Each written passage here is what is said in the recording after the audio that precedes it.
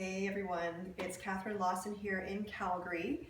I recently had some requests for some glute exercises. Some people that I know, like myself, are runners and we've experienced some knee, hip injuries, and others are just people who want to strengthen their core, and the glutes are a big part of it. So because of that request, here we are today. So I'm going to give you some of my top exercises that I do in three little bite-sized pieces. So three of my favorite ones are these.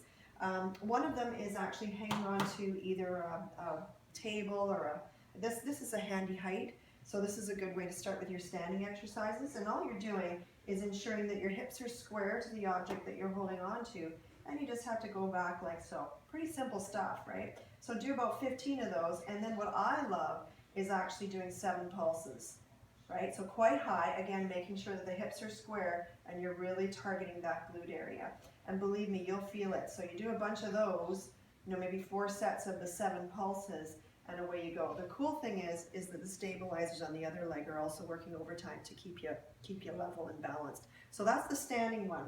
Another one that I do like, it's a bit contentious, but it is one that works, is the basic clamshell. So you're lying down here like so. The common mistake that people make is they rock back when they lift their leg up, and they're not getting the glute med at all. So what you need to do is anchor your hip, make sure it stays fixed, and then lift the knee up. You'll notice that my hip isn't moving at all. And believe me, you feel it right there through the glute med, which is usually the problem with a lot of injuries, is people just don't have the strong glutes to stabilize their hips, and then they get the knee and the ankle injuries and so on. So that's a good one. So 15 to 20 on either side. 3 sets of those really work. And the last set that I really like is your standard glute bridge.